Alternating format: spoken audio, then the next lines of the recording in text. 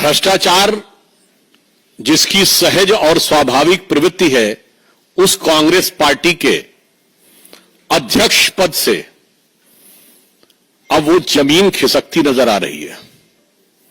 कांग्रेस अध्यक्ष श्री मल्लिकार्जुन खड़गे जी ने गंभीर रूप से उनके ट्रस्ट और उनके परिवार के द्वारा संचालित ट्रस्ट पर आक्षेप लगने के बाद आवंटित भूमि को लौटाने का जो निर्णय लिया है, ये इससे पूर्व कर्नाटक के मुख्यमंत्री श्री सिद्धारमैया जी ने यही किया था। यह स्पष्ट रूप से यह प्रमाणित करता है और यह एक प्रकार से स्वीकारोक्ति है कि सत्ता का दुरुपयोग करके भूमि को हड़पने का कार्य कर्नाटक में कांग्रेस में सर्वोच्च स्तर पर हो रहा था।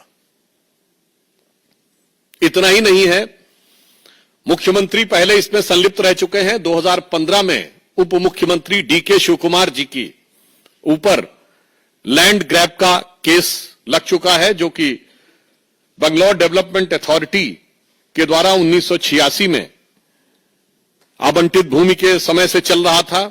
उसके आधार पर था मूडा स्कैम, जो मैसूर अर्बन डेवलपमेंट अथॉरिटी का स्कैम, जिसमें चीफ मिनिस्टर साहब उनके इन्वॉल्व थे। फिर Karnataka industrial ADB land grab, जिसमें कि खड़गे जी की फैमिली के लोग इन्वॉल्व थे। और इतना ही नहीं है, इससे पूर्व कांग्रेस के मुख्यमंत्री रहे कमलनाथ जी का नाम आ चुका है। तो राजस्थान में मुख्यमंत्री रहे अशोक गहलोत जी का नाम बीकानेर के लैंड स्कैम में आ चुका है। तो भूपेश बघेल जी के पास आ चुका है। अर्थात मुख्यमंत्री हो, उप मुख्यमंत्री हो अथवा राष्ट्रीय अध्यक्ष हो। और फिर इतना ही नहीं, आप सबको याद होगा वो नेशनल हेराल्ड केस, जिसमें सोनिया गांधी जी और राहुल गांधी जी के ऊपर आक्षेप है। और यह भी याद करिएगा कि वो केस हमारे जमाने में नहीं शुरू हुआ, अक्टूबर 2013 में दिल्ली हाई कोर्ट के निर्देश पर वो केस दर्ज किया गया था। इससे बहुत साफ हो जाता है कि कांग्रेस में सारा शीर्ष नेतृत्व, किसी भी राज्य का मुख्यमंत्री हो, कोई भी उप मुख्यमंत्री हो, उनके पूर्व राष्ट्रीय अध्यक्ष हों, वर्तमान राष्ट्रीय अध्यक्ष हों, और चिरयुवा नेता हों या बुजुर्ग नेता हों, सब एक दृष्टि में समान है कि गरीब की भूमि कैसे हड़पनी है। सब भ्रष्टाचार में, भूमि हड़पने के आंदोलन में बहुत समान रूप से संलिप्त हैं। कभी कभी मुझे लगता है कि एक वो कांग्रेस पार्टी थी जो महात्मा गांधी के आदर्शों से प्रेरित थी और आचार्य विनोबा भावे जी ने भूदान आंदोलन चलाया था।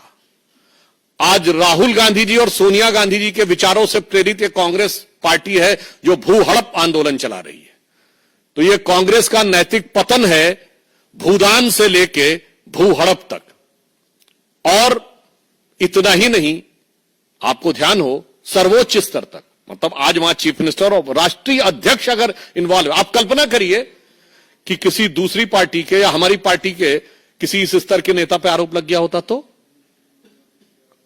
तो उसके बाद किस ढंग का वितंडावाद मचाया गया होता। और आज जिस प्रकार की चुप्पी कांग्रेस पार्टी ने और इंडी गठबंधन के सारे दलों ने साध रखी है, उसके ऊपर हमारा उनसे सीधा सवाल है। और यह साफ दर्शाता है कि जनता की गाढ़ी कमाई से बनी हुई सरकारी संपत्तियों को हड़पने में ये सब एक दूसरे से मिले हुए हैं और सब एक दूसरे को मौन समर्थन दे रहे हैं। नेशनल हेराल्ड केस में आप सबको याद होगा, कभी आपने सुना है कि कोई ऐसी कंपनी जिसमें सैकड़ों करोड़ की, मतलब 2000 से लेकर 3000 करोड़ तक की संपत्ति हो और वो 90 करोड़ की देनदारी में बिक जाए, और वो भी जबकि 3 अखबार उसके थे। आप सब पत्रकार हैं, मैं कहना चाहता हूं 3 अखबार, नेशनल हेराल्ड, हिंदी में नवजीवन और उर्दू में कौमी आवाज, 10 साल इनकी सरकार रही। ज्यादा नहीं, केवल 1-1 करोड़ का विज्ञापन देते रहते तीनों अखबारों को, तो 10 साल में कर्जा उतर जाता 90 करोड़ का। राजीव गांधी फाउंडेशन को 150 करोड़ मिल सकते थे, मगर इनके अनुसार स्वतंत्रता आंदोलन का संचालन करने वाले नेशनल हेराल्ड की सोसाइटी को सरकारी विज्ञापन और सरकारी अनुदान नहीं मिल सकता था, वो 90 करोड़ में बिकना था। तो जो प्रवृत्ति राहुल जी और सोनिया जी में दिख रही थी, वही मल्लिकार्जुन खड़गे जी में दिख रही है, वही सिद्धारमैया जी में दिख रही है, वही डीके शिव कुमार जी में दिख रही है। और इस विषय के ऊपर हमारे कर्नाटक की तरफ से भी ये विषय कई बार उठाया गया और ये मामला इतना आसान नहीं है। हमारे मेंबर ऑफ पार्लियामेंट लहर सिंह सिरोया जी ने इस विषय को टेकअप भी किया हुआ है और वहां पर सीएजी ने जो अपनी रिपोर्ट में पॉइंट आउट किया 2017 से, उसमें लिखा है to ask the committee to fix the responsibility for violating the guidelines of the court order and suggest the appropriate course of action against the defaulting officials for the deletion of the land under category A. इसका अर्थ क्या हुआ कि यदि आज Congress party के नेता सिद्धारमैया जी हों या खड़गे जी हों, वो जमीन वापस कर रहे हैं तो कोई जमीर नहीं जागा है जो जमीन वापस कर रहे हैं। अदालत की कार्रवाई से में होने वाली जलालत से बचने के लिए वो जमीन वापस कर रहे हैं।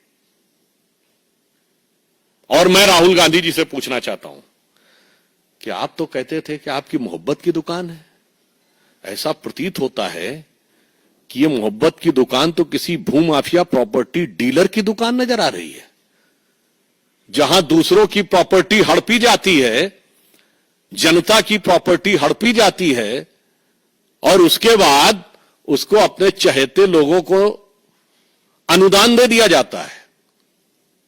तो मेरा राहुल गांधी जी से साफ सवाल है कि आपकी मोहब्बत की दुकान ये इलीगल प्रॉपर्टी डीलर की दुकान में कैसे तब्दील हो गई मेरे भाई?